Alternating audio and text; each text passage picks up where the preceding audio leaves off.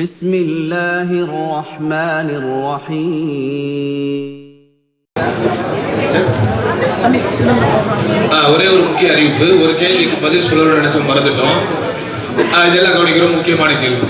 ஒருத்தர் கேட்டிருந்தாரு, நான் ஒரு முஸ்லீம் அல்லாத சகோதரன் தான், அஸ்ஸலாமு அலைக்கும் என்று நான் உங்களை பார்த்து சொல்லலாமா அப்படின்னு கேட்டிருந்தாரு. அஸ்ஸலாமு அலைக்கும் மட்டுமல்ல, இஸ்லாத்தையே நீங்கள் ஏற்பதற்கு தயாராக இருந்தாலும் உங்களை இன்முகத்தோடு ஏற்றுக்கிறதுக்கு நாங்கள் தயாராக இருக்கோம். நல்லா புரிஞ்சுக்கணும். ஏன்னா எங்களை போன்ற எல்லோருமே ஒரு கட்டத்தில் இஸ்லாத்தை ஏற்றவர்கள் தான். இங்க நான் சொன்னா தப்பா இருக்காதுன்னு நினைக்கிறேன். இங்க புதிதாக இஸ்லாத்தை கல்வியர்கள் யாராவது இருக்கிறீங்க, புதுசா இஸ்லாத்தை ஏற்றோம், டோன்ட் ஹெசிடேட். இதுல ஒரு தயக்கமும் கிடையாது. கை தூக்குங்க, கை தூக்குங்க. யாராவது முன்னாடி வர முடியுமா? கொஞ்சம் ஸ்டேஜுக்கு முன்னாடி வாங்க, தப்பு இல்லை, வாங்க வாங்க ப்ளீஸ், டோன்ட் ஹெசிடேட். ஒரு ஆள் வாங்க, சும்மா உங்களை காட்டுறதுக்கு தான். அதாவது இந்த நிகழ்ச்சி நடத்துவதனால் ஏற்படக்கூடிய பயன்கள் என்ன? ஒரு நிகழ்ச்சி நடத்தி அப்படியே எல்லாத்தையும் கன்வெர்ட்டுங்கிற வார்த்தையை நாங்க பயன்படுத்துறது இல்லை. Just for your information, revert அப்படிங்கிற வார்த்தையை தான் நாங்க பயன்படுத்துறோம். ஏன்னா பிறக்கிற குழந்தை எல்லாமே இஸ்லாத்தில் தான் பிறக்கிற குழந்தைக்கு ஒரே இறைவனை வணங்கக்கூடிய அந்த புல்லு மௌலூது நியூலது வாழல் சுத்ரா வாங்க. பிறக்கிற குழந்தைகள் அனைத்தும் இஸ்லாத்தின் அடிப்படையில் தான் பிறக்கிறது. அதை பெற்றோர்கள் அல்லது வளர்ப்பவர்கள் தான் அவரவர்கள் சார்ந்திருக்கிற நம்பிக்கைக்கு ஏற்ற மாதிரி மாத்துறாங்க. அதனால் இஸ்லாம் இஸ் ஃபார் எவ்ரிவன், எல்லாருக்கானதும் இஸ்லாம். எல்லாரும் குர்ஆனை படிக்கலாம், எல்லாரும் நீங்க இந்த மார்க்கத்தை தெரிஞ்சுக்கலாம். இந்த இஸ்லாத்தை ஏற்கணும் அப்படின்னு சொன்னா அதுக்காக நீங்க புனித மக்கா போகணும், ஒரு நதியில போய் நீராடணும், அல்லது ஒரு பெரிய மதகுருவை சந்திச்சு உங்க பேரை மாத்தணுங்கிற எந்த ஃபார்மாலிட்டியும் கிடையாது. ஒரே ஒரு வார்த்தை, அஷ்ஹது அல்லா இலாஹ இல்லல்லாஹ் அஷ்ஹது அன்ன முஹம்மதர் ரசூலுல்லாஹ். வணக்கத்திற்குரியவன் அல்லாஹ்வை தவிர வேறு யாரும் இல்லை, இறை தூதர் நபிகள் நாயகம் முகமது அல்லாஹ்வின் தூதராக இருக்கிறார் அப்படிங்கிறத நம்பிக்கை கொண்ட எல்லாருமே முஸ்லீம். அந்த அடிப்படையில் இஸ்லாத்தை ஏற்ற இவர், நீங்க எதனால இஸ்லாத்தை ஏற்றீங்க, இஸ்லாத்தை ஏற்றதுக்கு அப்புறம் உங்களுடைய ஃபீலிங் எப்படி இருக்குங்கிற ஒரு 2 நிமிஷம் பேசிட்டீங்க நினைக்கிறேன். என்ன முன்னாடி 10 வருஷம் முன்னாடி எல்லாரும் கூப்பிடுவாங்க, இஸ்லாத்துவா இஸ்லாத்துவாங்க. இருந்தாலும் நம்ம போகிறது இல்லை. இப்போ நமக்கு வேற ஒரு பிரச்சனையும் இல்லை. இஸ்லாத்தை எடுத்துக்கிட்டா பைபிளை படித்தேன், குர்ஆன் கொஞ்சம் படித்தேன், எல்லாம் எனக்கு மனசுக்கு ஒத்து போகிற மாதிரி இருக்குது. அதனால தான் நான் இஸ்லாத்தை ஏற்றுறேன். மாஷாஅல்லாஹ். ஜஸாக்கல்லாஹ். அஸ்ஸலாமு அலைக்கும் வரஹ்மத்துல்லாஹி வபரகாத்துஹு. பிஸ்மில்லாஹிர் ரஹ்மானிர் ரஹீம். ஸோ இஸ்லாம் ஏற்றுக்கிறதுக்குன்னு சொல்கிற ஒரே சிம்பிள் இல்லை, நிறைய கொள்கைகள் இருக்குது. ஒரே கொள்கை சிம்பிள் ஓரிரை கொள்கை தௌஹீத். அல்லாஹ்வுக்கு இறைவனை நினைக்கிறேன், விஷயத்துக்கு வேறு எதுக்கு இல்லை. ஸோ இதெல்லாம் எல்லாத்தையும் நான் 3 வருஷம் அது நான் படித்தேன். இஸ்லாத்து நாட்டு ஒரு சிம்பிள் ஒரே நைட்டான மாதிரி 3 வருஷம் நான் படித்தேன். அதுக்கு எனக்கு தூண்டுதலாக பின்னாடி தான் இருக்கிறார். ஸோ இஸ்லாத்தை படித்து அதனுடைய அருமைகளை புரிஞ்சிட்டு, ஜவஹீத்தினுடைய அருமைகளை புரிஞ்சிட்டு சொன்னேன், ஓரிரை கொள்கையை வரைஞ்சிட்டு, ஸோ இறைவன் எல்லாரும் அந்த சராகும் வானம் பூமி எல்லாத்தையும் கிடைக்கும் ஒரு இறைவன் புரிஞ்சிட்டு அதுக்கப்புறம் நான் அதுக்கான நான் மன தூய்மையோடு என்னுடைய வாழ்க்கையை வழக்கில் பிறந்த என்னுடைய பிறப்பு ஒரு அதனுடைய இது என்னுடைய பிறப்பினுடைய அந்த என்னது அதனுடைய மகத்துவத்தை புரிஞ்சிட்டு நான் தன்னோட உள்ள ஆத்மா யாருடைய தூண்டுதல் எனக்கு உள்ள தூய்மை. ரொம்ப சந்தோஷம். மாஷாஅல்லாஹ். இது ஜஸ்ட் உங்களுக்கு ஆர்வம் ஊட்டுவதற்கு தான். நீங்க எல்லாரும் படிங்க, குர்ஆனை படிங்க, இஸ்லாம் சம்பந்தப்பட்ட புத்தகங்களை படிங்க. நிறைந்த மனதோடு திறந்த உள்ளத்தோடு நாம் எல்லோரும் ஒருதாய் மக்களாக இறுதி வரைக்கும் கொடுப்போம். சம்மதம்.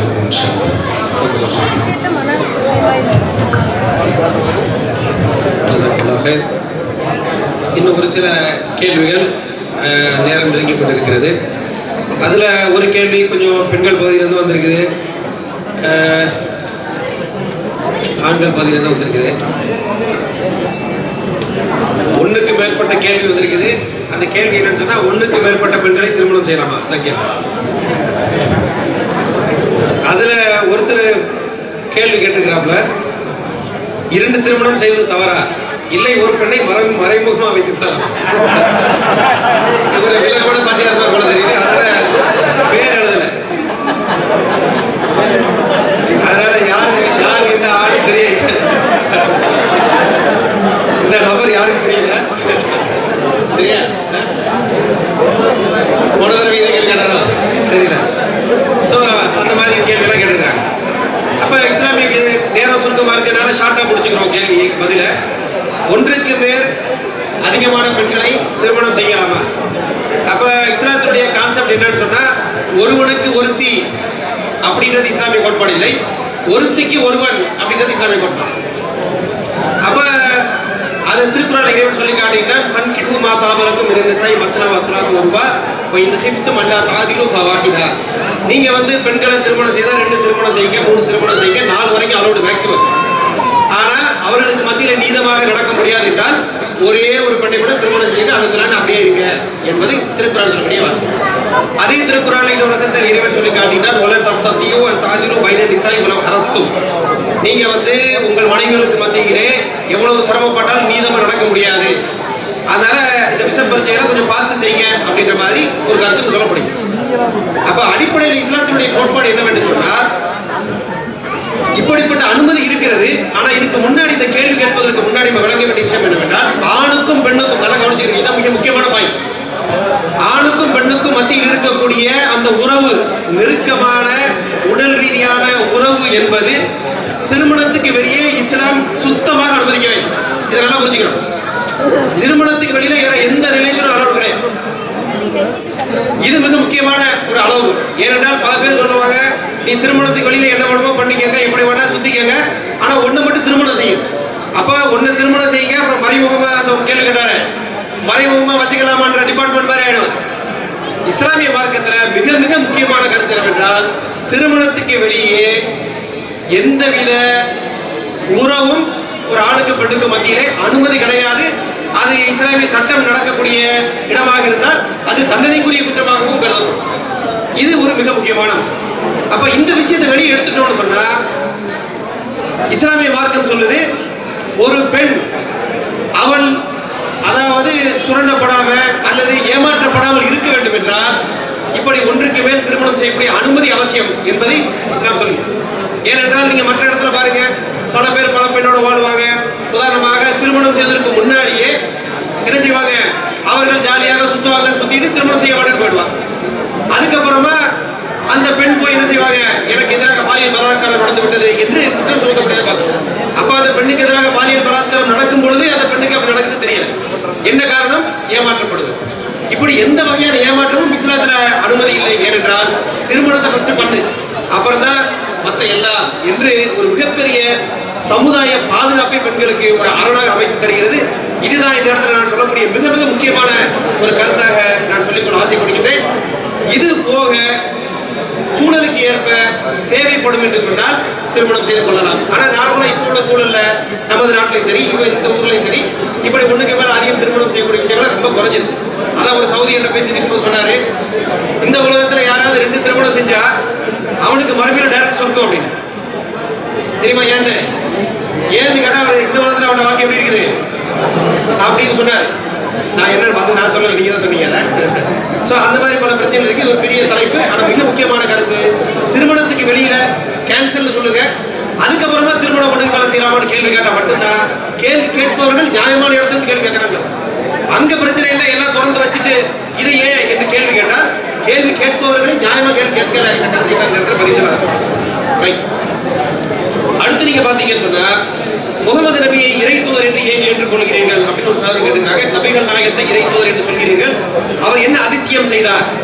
இங்க ஏற்கனவே நீங்க நிகழ்ச்சியுடைய தொடக்கத்துல ஒரு வீடியோ போட்டாங்க, வரலாற்று மொழியில் நபிகள் நாயகம் ஸல்லல்லாஹு அலைஹி வஸல்லம் அவங்க என்ன சாதனை செய்தார்கள்.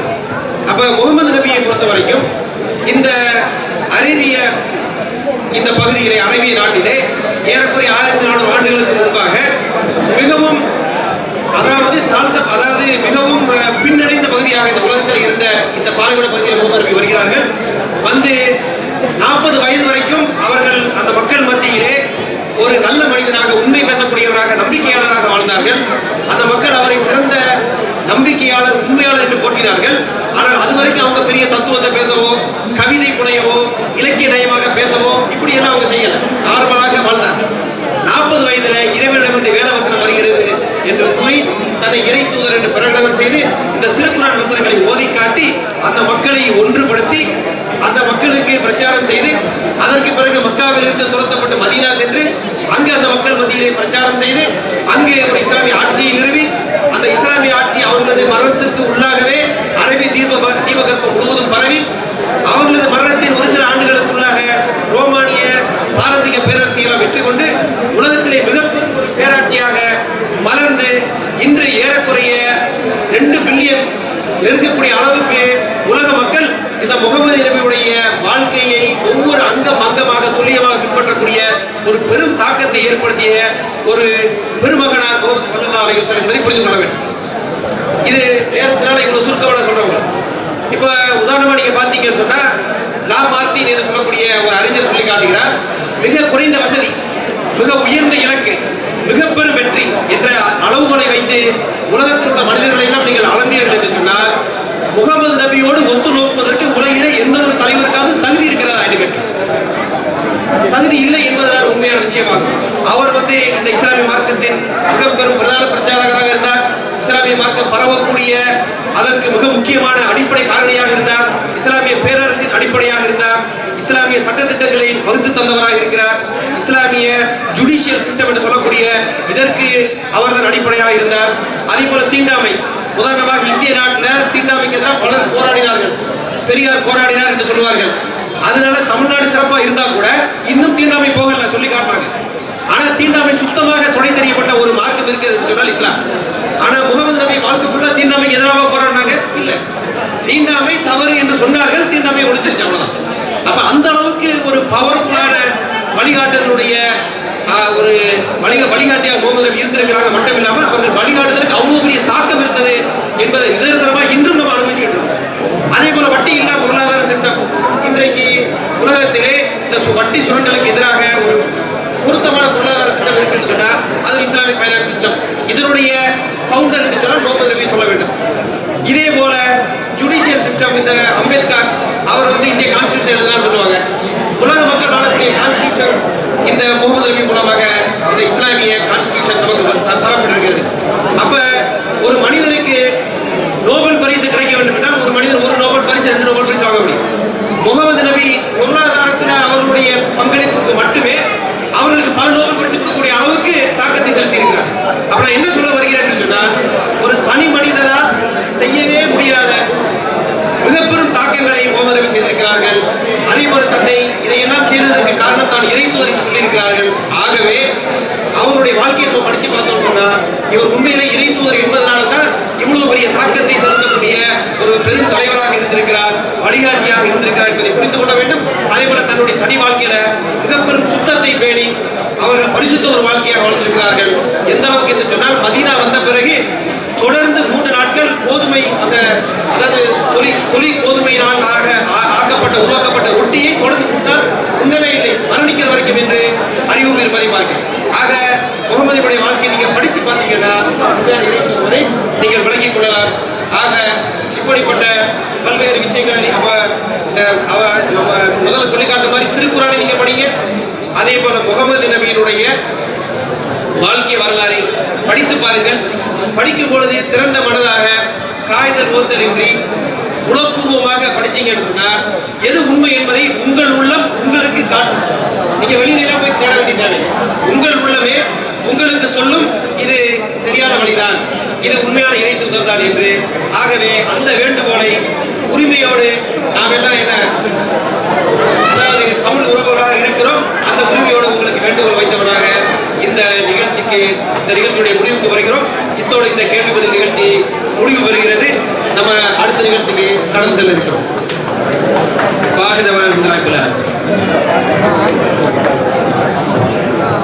அன்பானவர்களே, இந்த அருமையான சகோதரத்துவ சங்கம நிகழ்வுடைய இறுதி கட்டத்தில் நம்ம இருக்கிறோம். இதுவரைக்கும் இந்த கொஸ்டின் ஆன்சர் செஷன் முடிஞ்சிருச்சு. இப்போ அடுத்து ஒரு 2 விருந்தினர்கள் தங்களது கருத்துக்களை இங்கே வழங்க வேண்டும் என்று ஆர்வப்பட்டார்கள். அந்த அடிப்படையில் டாக்டர்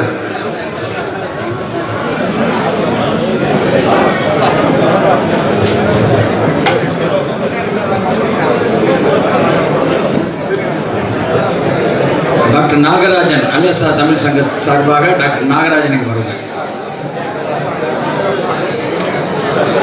டாக்டர் நாகராஜன் ப்ளீஸ் ஒரு 2 நிமிடங்கள் மாத்திரம் சுருக்கமாக கருத்துரை வழங்குமாறு அன்போடு கேட்டுக்கொள்வார். அடுத்து டாக்டர் பரமசிவா. நெக்ஸ்ட் வாங்க. அதுக்கப்புறம் நம்ம ப்ரைஸஸ் டிஸ்ட்ரிபியூஷன்ஸ் இருக்குது. அது முடிஞ்சதோடு ஒரு நன்றி உரையோடு இந்த அருமையான நிகழ்வை நாம் முடித்துக்கொள்வோம். Doctor Nagarajan please. மிக்க நன்றி. உங்கள் அனைவருக்கும் எனது மாலை வணக்கத்தை மீண்டும் உரித்தாக்கிக் கொள்கிறேன். இந்த அருமையான நிகழ்ச்சிக்கு எங்களை அழைத்த திரு அல்தாஃப் ஃபரூக் அவர்களுக்கு, இந்த நிகழ்ச்சியை ஏற்பாடு செய்துள்ள செயற்குழு உறுப்பினர்கள் உங்கள் அனைவருக்கும் எங்களது அல்லாசா தமிழ் சங்கத்தின் சார்பாக வாழ்த்துக்களையும் நன்றிகளையும் நாங்கள் தெரிவித்துக் கொள்கின்றோம். ஏனென்றால் இவ்வாறான நிகழ்ச்சிகள் ஏற்பாடு செய்வது என்பது ஒரு சாதாரண விஷயமே அல்ல. எங்களுக்கு நல்ல எக்ஸ்பீரியன்ஸ் இருக்குது. ஒரு 200 பேர் நல்ல 100 பேர் நாங்கள் கூடணும் அப்படின்னாலே அதுக்கு வந்து பெரிய விஷயங்கள் இருக்குது. நாங்கள் 1 மாதம் அதுக்கு நாங்கள் கிரவுண்ட் ஒர்க் நாங்கள் பண்ணுவோம். எங்கே சாப்பாடு ஆர்டர் பண்ணணும், அவங்களுக்கு எந்த மாதிரியான ஃபெசிலிட்டிஸ் ஏற்பாடு செஞ்சு கொடுக்கணும் அப்படிங்கிறதெல்லாம் இருக்குது. ஆனால் இங்கே பார்த்தீங்கன்னா கிட்டத்தட்ட எனக்கு தெரிஞ்ச ஒரு 500 நண்பர்கள் இங்கே வந்திருப்பீங்க. இந்த 500 நண்பர்களுக்கும் ஒரு அழகான ஒரு காலை நேரத்திலும் மாலை நேரத்திலும் அழகான ஒரு ஏற்பாடு செஞ்சு கொடுத்துருந்தாங்க. காலையில் ஃபுல்லாக விளையாட்டு போட்டிகள் அப்படி இப்படின்னு சொல்லிட்டு சாப்பாடு உண்மையிலே ரொம்ப நல்லா இருந்தது. அதுபோக இஸ்லாத்திற்கான கேள்விகள் பதிலும் ரொம்ப அருமையாக அவங்க கேட்டாங்க. அதற்கான சொற்பொழிகளும் நன்றாக பேசினாங்க. இதில் நீங்கள் இஸ்லாத்தை தழுவணுமா தழுவக்கூடாதா அப்படிங்கிறது உங்களுடைய இண்டிவிஜுவல் கொஸ்டின் இது. அதனால் இது வந்து நம்ம அந்த சப்ஜெக்ட்கே போக வேணாம். பட் அப்பார்ட் ஃப்ரம் திஸ் இது ஒரு ஜென்ரல் நாலேஜாக நான் கருதுறேன். ஏன்னா எவ்வளோ விஷயங்கள் இருக்குது நம்ம வாழ்க்கையில் கேட்டுக்கிறதுக்கு தெரிஞ்சுக்கிறதுக்கு. அந்த மாதிரி நான் அந்த நிகழ்ச்சியை நான் எடுத்துக்கிறேன். ஏன்னா ஒவ்வொரு வாழ்க்கை அப்படிங்கிறது வந்து இட்ஸ் அ லேர்னிங் ப்ராசஸ் அப்படின்னு சொல்லுவாங்க. ஸோ எல்லாமே நம்ம லேர்ன் பண்ணுவோம். உங்களுக்கு எது நன்றாக இருக்கிறதோ அதை நீங்கள் கண்டிப்பாக நீங்கள் ஃபாலோ பண்ணலாம்னு சொல்லிட்டு இந்த அருமையான நிகழ்ச்சிக்கு எனக்கு இந்த வாய்ப்பை கொடுத்த உங்கள் எல்லாருக்கும் நன்றிகளை தெரிவித்துக் கொள்கிறேன். நன்றி, வணக்கம். ரொம்ப thanks. Next doctor Paramasivam please. அல்லாசா தமிழ் சங்கம். 2 டாக்டர்களுமே உண்மையிலேயே பாராட்டணும். அதாவது பொருளாதாரத்தை ஈட்ட வந்த இந்த வெளிநாட்டில் இங்கே வந்து சமூக அக்கறையோடு நமது சமூகத்தின் மீது, நமது மொழியின் மீது, நமது இனத்தின் மீது அக்கறை கொண்டு பல்வேறு நலப்பணிகளை அவர்கள் செய்து கொண்டிருக்கிறார்கள். பாராட்டுகள் அவர்கள். அனைத்து மக்களுக்கும் மாலை வணக்கம். நான் அல்லாசா தமிழ் சங்கத்தின் சார்பாக இங்கு வந்திருக்கிறோம். இங்கு பல பகுதியிலிருந்து அனைத்து மக்களையும் பார்ப்பதற்கு ரொம்ப சந்தோஷமாக இருக்கிறது. இன்று காலை நாங்கள் முதல் என்ட்ரி ஆகும் வந்து ஹாஸ்பிட்டாலிட்டி எக்ஸலண்ட். அனைத்து இடங்களிலும் செயற்குழு உறுப்பினர்கள் மிக சிறப்பாக செயல்பட்டார்கள். மற்றும் தலைவர்கள் இங்கு சிறப்பு சொற்பொழிவாற்றினார்கள். சிறந்த உங்களோட கேள்விகளுக்கு அனைத்தும் அவர்கள் சிறந்த முறையில் ஆன்சர் பண்ணாங்க. ரொம்ப சிறப்பாக செஞ்சிருக்கீங்க. ரொம்ப ரொம்ப மகிழ்ச்சியாக இருக்கிறது. இங்கே வந்திருக்க அனைத்து மக்களும் ரொம்ப சந்தோஷமாகவும் மகிழ்ச்சியாகவும் இருக்கிறார்கள். இது மாதிரி தொடர்ந்து நீங்கள் வந்து நடத்த வேண்டும் என்று வேண்டிக் கொள்கிறோம். நன்றி. ரொம்ப தேங்க்ஸ். அடுத்து வந்து அன்பானவர்களே, இந்த அடுத்து பரிசளிப்பு நிகழ்ச்சிக்கு நாம் செல்வோம்.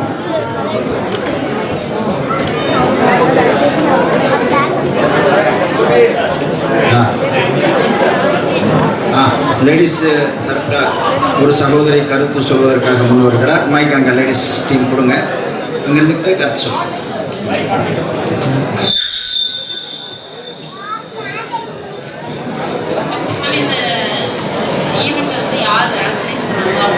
ரொம்ப ரொம்ப ரொம்ப பெரிய தேங்க்ஸ். எல்லாருமே காலையில் வந்து இங்கே இருக்கிறவங்க எல்லாருமே தமிழ் பீப்புள்ஸ் எல்லாருமே வந்து ஒரு ஃப்ரெண்ட்லியாக நம்ம ஊரில் இருக்கிற ஒரு அனுபவத்தை நம்மளுக்கு இங்கே கொடுத்தாங்க. ப்ளஸ் காலையிலேருந்து நிறைய அரேஞ்ச்மெண்ட்ஸ் பண்ணியிருக்காங்க. வாலண்டியர்ஸ் எல்லாருமே கேள்வி பதிலாகட்டும், சொற்பொழிவாகட்டும், காலையில் ஏற்பாடு பண்ண வாட்டர் கேம்ஸ் தனித்தனியாக லேடிஸ்க்கு, கிட்ஸ்க்கு, ஜென்ஸ்க்கு எல்லாருக்கும் தனித்தனியாக ஆர்கனைஸ் பண்ணி நல்லா கொடுத்து இன்றைக்கி சொல்லப்போனால் ஒரு சொற்பொழிவில் நமக்கு ஒரு நாலேஜ், ஒரு இஸ்லாம்னா என்ன, அதை வந்து நம்மளுக்கு திணிப்புன்ற வார்த்தை கிடையாது. அதை பற்றின ஒரு கிளியர் வியூ கொடுத்துருக்காங்க ஃபஸ்ட்டு. அதுக்கப்புறம் வந்து நம்ம இன்னைக்கு இஸ்லாமை பற்றி தெரிஞ்சுக்கிட்டோம். ப்ளஸ் இது ஒரு மெமரபிள் நாளாகவும் இருந்தது. எல்லாருமே இருந்திருக்கோன்றது நினைக்கிறேன். இன்னைக்கு ஆர்கனைஸ் பண்ண சிஸ்டர்ஸ், வாலண்டியர் சிஸ்டர்ஸ் எல்லாருமே big thanks. Thank you so much.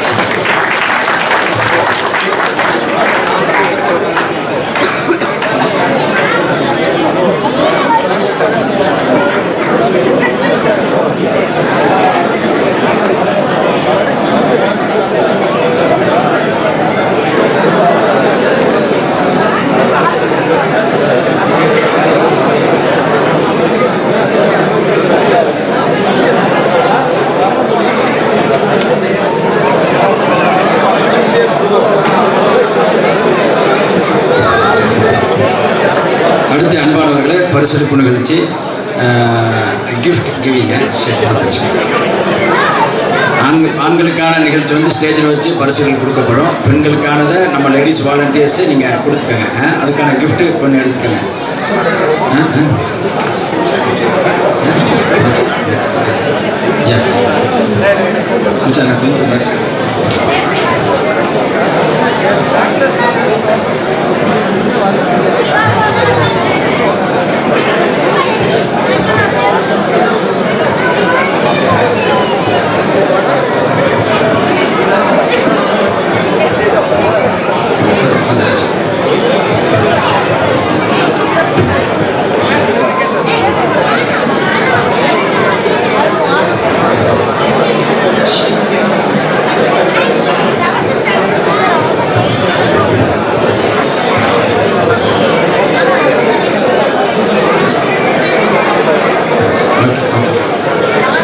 Distribution. அன்பானவர்களே, காலையிலிருந்து நம்ம இப்போ வரைக்கும் பல்வேறு போட்டிகள், அதாவது அவுட்டோர் கேம்ஸ் நடத்தணும், இன்டோர் கேம்ஸ் நடத்தணும்.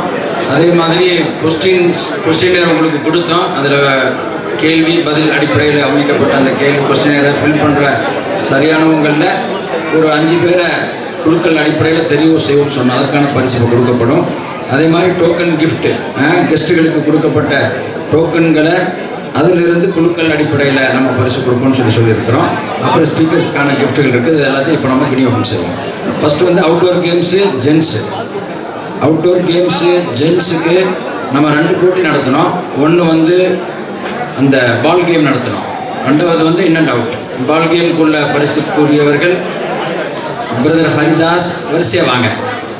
ஹரிதாஸ், முபாரக், ஜெகன், சரவணன். வாங்க, அப்படியே வாங்க. Haridas Dammam, Mubarak Dammam, Jagan Hofuf, Saravanan அல்கோபார்.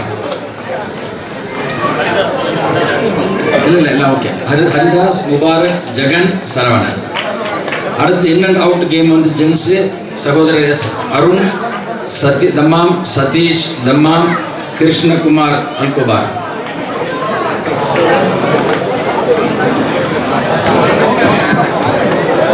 பெண்களுக்கான போட்டி நடந்ததில் அவுட்டோர் கேம்ஸ் வந்து லேடிஸ் பேஸ்கெட் பாலா. First prize goes to Pushpa Baranidharan. Second prize வந்து கிருத்திகா. தேர்ட் ப்ரைஸ் வந்து மாலதி விவேக். அதே மாதிரி சில்ட்ரனுக்கான பரிசு ஃபர்ஸ்ட் ப்ரைஸ் வந்து கனிஷா. செகண்டு மகதி செந்தில். தேர்டு வந்து பூஜா ரமேஷ். சில்ட்ரனுக்கான பரிசு. அப்புறம் பழமொழி போட்டி நடத்தப்பட்டதில் பெண்களுக்கு ஃபஸ்ட்டு வந்து ராஜேஸ்வரி சந்திரசேகர். செகண்ட் வந்து வதனா பழனிவேல். லேடிஸ் கொடுத்துக்கோங்க கிஃப்ட்டுகளை. அடுத்து அன்பானவர்களே, இன்டோர் கேம்ஸ் நடத்தினோம். அஃப்கோர்ஸ் வந்து ஹேண்ட்ஸ் அப் அண்ட் டவுன் 3 பரிசு. 3 பரிசுக்குரியவர்கள் வின்னர்ஸ் வந்து மணிகண்டன், ஜுபைல், குருமூர்த்தி அல்ஹசா, சம்பத் தமாம். வாங்க. மணிகண்டன் ஜுபைல், கணபதி அல்ஹசா, சம்பத் தமாம். அடுத்து வந்து செகண்ட் கேம் குவிஸ் நடத்தினோம். அதில் 4 பேருக்கு பரிசு கொடுக்க இருக்கிறோம். அஃப்கோர்ஸ் பல பேர் பதில் சொன்னாங்க. சரியான பதிலை சொன்னாலும் குழுக்கள் அடிப்படையில் தேர்வு செஞ்சு 4 பேருக்கு பரிசு கொடுக்குறோம். அந்த பரிசுக்குரியவர்களை கூப்பிடுறேன், வாங்க. 1 நித்யா, அவங்க சகோதரி, அவங்களுக்கு லேடிஸ் சைடில் பரிசு கொடுங்க. 2வது சுகன்யா, லேடிஸ் சைடில் பரிசு கொடுங்க. நித்யா அண்ட் சுகன்யா 2 பரிசு. 8+2 குவிஸில். அப்புறம் மணிகண்டன் அண்ட் பாலகண்ணன். மணிகண்டன் அண்ட் பாலகண்ணன் குவிஸில் வெற்றி பெற்றவர்களுக்கான பரிசு வாங்குவாங்க. லேடிஸ் 2 சுகன்யா அண்ட் நித்யா, அவங்களுக்கான பரிசு கொடுங்க. அடுத்து வந்து அன்பானவர்களை, கொஸ்டினர்ஸ் ஃபில்லப் பண்ணதில் நாங்கள் உங்களுக்கு முன்னால் தான் குழுக்கி 5 பேரை செலக்ட் பண்ணிக்கிறோம். அதில் வந்து 2 லேடி, 3 வந்து ஜென்ட்ஸ். லேடி வந்து என்ன 2 பரிசு கொடுங்க. லேடிஸ் குழுக்கள் 2 பரிசு கொடுங்க. மகதி தம்மா அண்ட் ஆர் லக்காவா 0507902890. 1 மகதி தம்மாமு, இன்னொன்று ஆர் லக்காவா LAKA லேக்காவா. ஓகே. ஆர் லேக்கா. ஜென்ஸில் வந்து வினோத் கந்தசாமி அப்கே, கார்த்திக் எஸ் விஜய். கொஸ்டினர்ஸ் சரியாக ஃபில் பண்ணதில் குழுக்கள் அடிப்படையில் தெரிவு செஞ்ச 5 பேர், 2 லேடிஸு 3 ஜென்ஸு. வினோத் கந்தசாமி அப்கே, கார்த்திக், எஸ் விஜய்.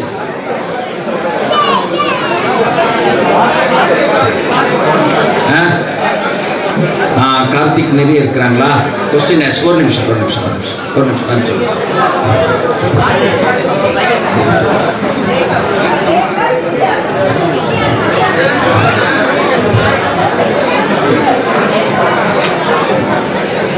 லேக்கா லேடிஸ் கொஞ்சம்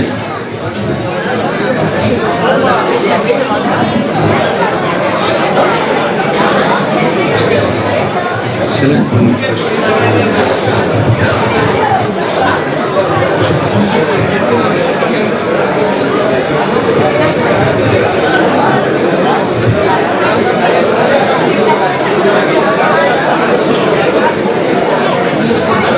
हाँ 053-162-6434 கார்த்திகுடைய மொபைல் நம்பர். ஓகே வா. அடுத்து அன்பானவர்களே, பெஸ்ட் கார்த்திக் பெஸ்ட் கொஸ்டின்ஸ் கேள்விகள் நீங்கள் கேட்டதில் அதுலேருந்து தெரிவு செஞ்சு ஒரு 5 பேருக்கு பெஸ்ட் கொஸ்டின்ஸ் ப்ரைஸ் கொடுக்க போகிறோம். அதற்கான பரிசுக்குரியவர்கள் வாங்க.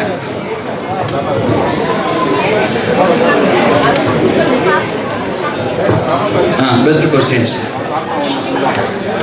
அதில் வந்து லேடி வந்து சுகன்யா அண்டு மீனா லோச்சனி 2 லேடிஸ் இருக்கிறாங்க. சகோதரி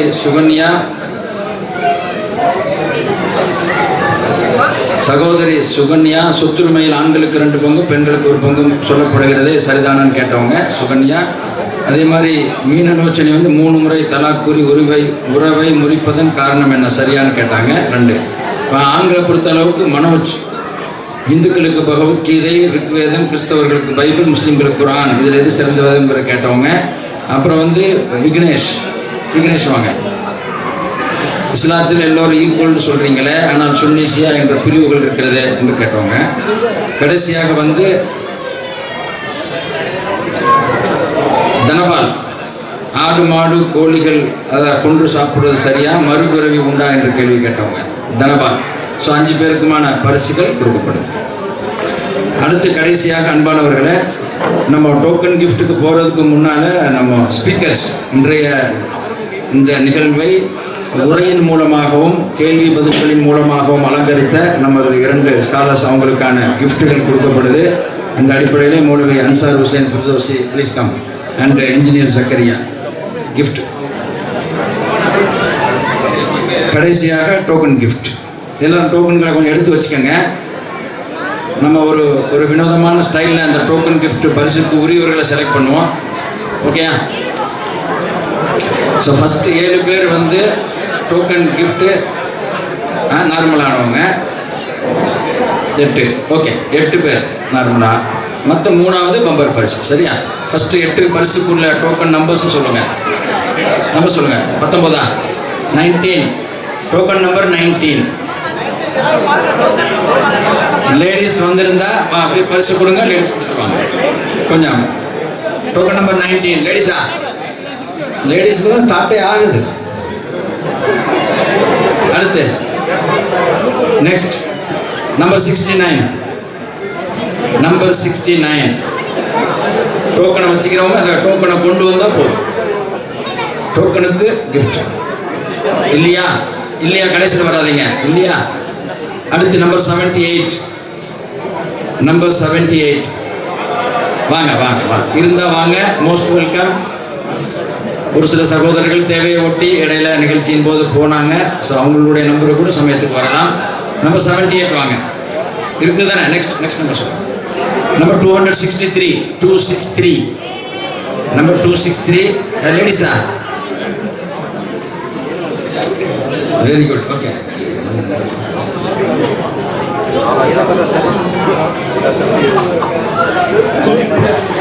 263 ரைட். நான் ஒரு நம்பரில் போயிடுச்சா? சரி. அடுத்து 349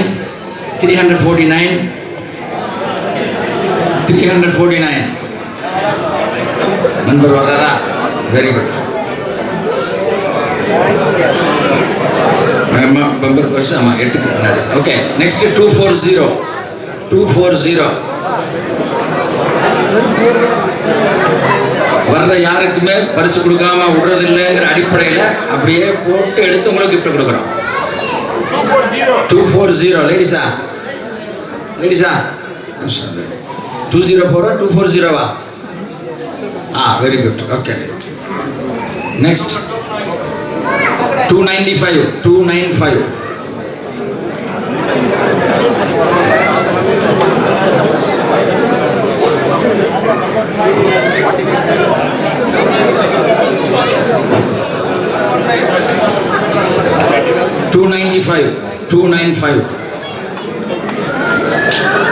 295 இல்லையா? ட்ராப் பண்ணிடுவோமா? Okay, next 40. ஒரு ரேண்டமா இதை எடுக்கிறோம். யார்கிட்ட என்ன நம்பர் டோக்கன் இருக்குன்னு யாருக்கு தெரியாது. ஒரு ரேண்டமா ஒரு சிஸ்டமேட்டிக்கா ஏஐ ஆர்டிஃபிஷியல் இன்டெலிஜென்ஸை யூஸ் பண்ணி எடுக்கிறோம்.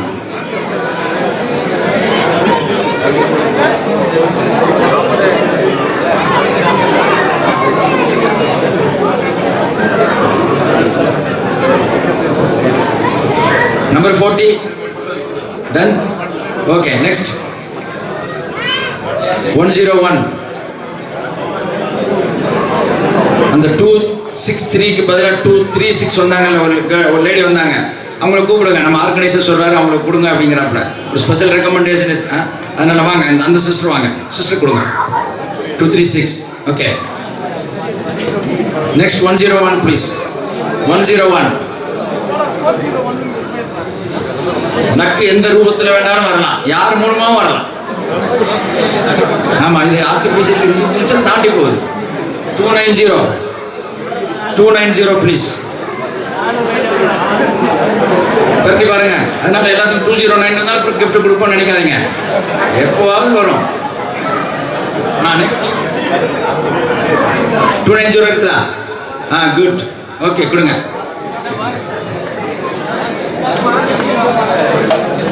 கடைசி 7 பரிசு கொடுத்துட்டோம். இப்போ லாஸ்ட். இப்போ நல்ல சுத்த விடுங்க ஃபாஸ்டா. 173 last but not least. 173. Okay, இப்போ டோக்கன் கிஃப்ட் 8 கொடுத்துட்டோம். இப்போ அடுத்து பம்பர் பரிசு 3 இருக்குது. இதுவரைக்கும் கிடைச்சவங்களுக்கு ஒரு விதமான மகிழ்ச்சின்னு சொன்னால், கிடைக்காதவங்களுக்கு ரொம்ப மகிழ்ச்சியாக இருக்கும்.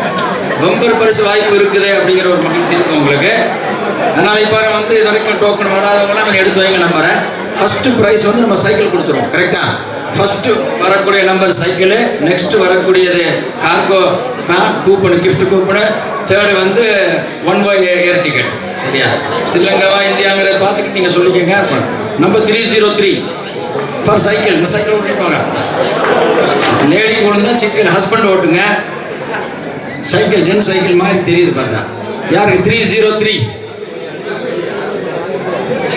சைக்கிள் தலைப்பாங்க.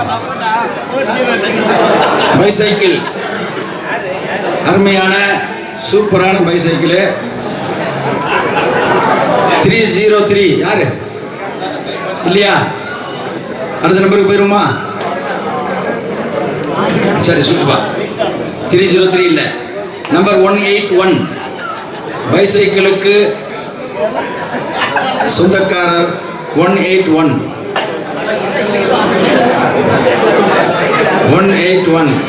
இல்லையா? கேன்சல் பண்ணிடுவோமா? நெக்ஸ்ட் யாரு? 181 219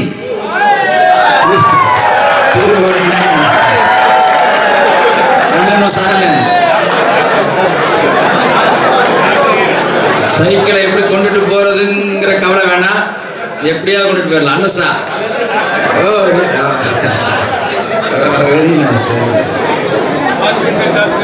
very nice doctor, best of luck.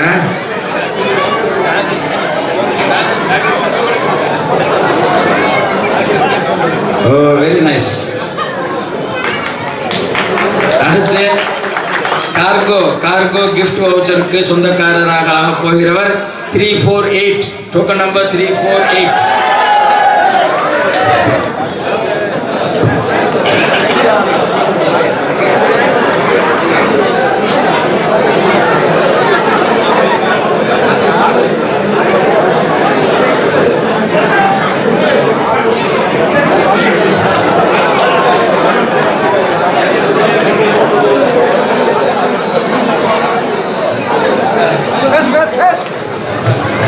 So எத்தனை கிலோ?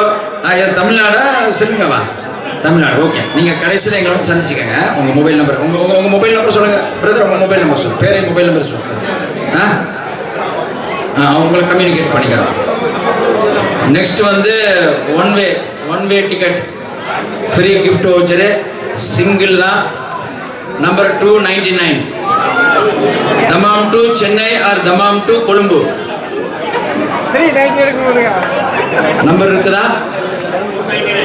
கடைசி பம்பர் பரிசு one way ticket Dammam to Chennai or Dammam to Colombo. பரிசுக்குரியவர் யார்? வர்றீங்களா இல்லையா? அடுத்து போவோமா?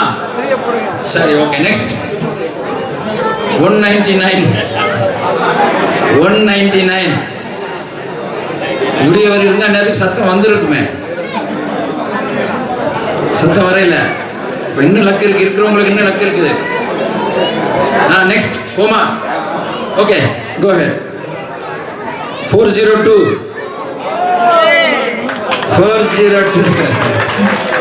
வந்து விட்டார் பரிசுக்குரியாரா. கடைசி பம்பர் பரிசு. Very good. ஓகே, அவருக்கு பேரை மொபைல் நம்பரை குறிச்சிங்க. அப்படியா? இப்போ இந்த ஊர்லேருந்து வந்திருக்கிறாரு, உடனே போக சொல்ல மாட்டோம், கொஞ்சம் கழிச்சு கூட போகலாம். பேரை கொடுக்கலாம். இப்போ அடுத்த அன்பானவர்களே,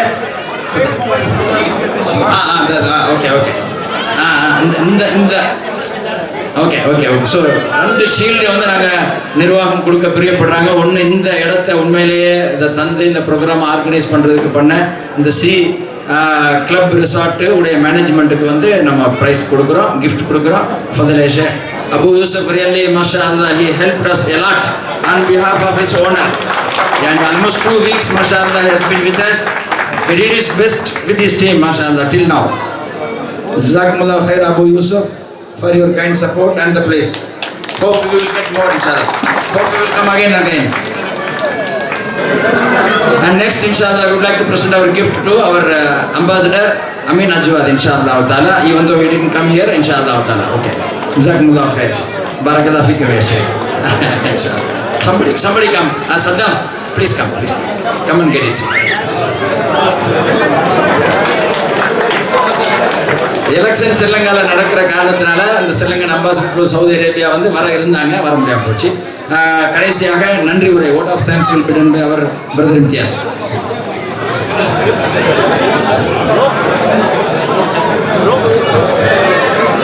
அஸ்ஸலாமு அலைக்கும். எல்லாம் வல்ல இறைவனை போற்றியவனாக இந்த இனிமையான சகோதர சங்கமம் நிகழ்ச்சி சிறப்பாக நடைபெறுவதற்கு ஆக்கத்தையும் ஊக்கத்தையும் கொடுத்த எல்லாம் வல்ல இறைவன் அல்லாஹ் ஜல்லஷானஹு வ தஆலாவுக்கு முதல்கண் நன்றியை செலுத்தியவனாக இந்த நிகழ்ச்சிக்கு ஏற்பாடு செய்த new Muslim care association management and staffs அவர்களுக்கும் இங்கே நமக்கு மத்தியில் வந்து உரையாற்றி சென்றிருக்கக்கூடிய ஷேக் தாஃபிர் அல் ஷேரி அவர்களுக்கும் அவருடன் வந்த அவருடைய அவர்களுக்கும் நன்றியை தெரிவித்துக் கொள்கிறோம். இந்த நிகழ்ச்சியை சிறப்பாக ஏற்பாடு செய்வதற்காக இந்த சென்டரின் மூலம் மிக கடினமான உழைப்புக்கு மத்தியில் எங்களை எல்லாம் ஒன்றிணைத்து ஒத்துழைப்பு செய்த ஷேக் இத்ரீஸ் அவர்களுக்கும் எங்களுடைய நன்றியை தெரிவித்துக் கொள்கிறோம். இந்த நிகழ்ச்சியை சிறப்பாக நடத்துவதற்கு இடத்தை தந்து சகல ஏற்பாடுகளையும் செய்திருந்த இந்த நாதியல் பகர் என்று சொல்லக்கூடிய சீக்கிரம் ரிசார்ட் நிறுவனத்திற்கு எங்களுடைய நன்றியை தெரிவித்துக் கொள்கிறோம். உங்களுக்கெல்லாம் நன்றி சொல்லாமல் இந்த நிகழ்ச்சி நிறைவடையாது என்று சொல்லக்கூடிய அளவுக்கு எங்களுடைய அழைப்பை ஏற்று கண்ணியப்படுத்தி இங்கே வந்த அல்ஹசா, அக்கே, ஜுபைல், ரஸ்தனூரா, அல்கூபர் மற்றும் தமாமில் இருந்து வந்திருந்த அனைத்து நல்லுள்ளங்களுக்கும் எங்களுடைய நன்றியை தெரிவித்துக் கொள்கிறோம். ஜஸாக்கல்லாஹு கைரா. இந்த நிகழ்ச்சியில் கேள்வி பதில் நிகழ்ச்சியில் நடத்தி தந்த ஷேக் அன்சார் ஹுசைன் ஃபர்தௌசி அவர்களுக்கும் ஷேக் ஜக்கரியா அவர்களுக்கும் எங்களுடைய நன்றியை தெரிவித்துக் கொள்கிறோம். அஸ்ஸலாமு அலைக்கும் வரஹ்மத்துல்லாஹி வபரகாத்துஹு. சுப்ஹானக்கல்லாஹும்ம வ பிஹம்திக அஷ்ஹது அல்லா இலாஹா இல்லா அன்த அஸ்தக்ஃபிருக வ அத்தூபு இலைக்.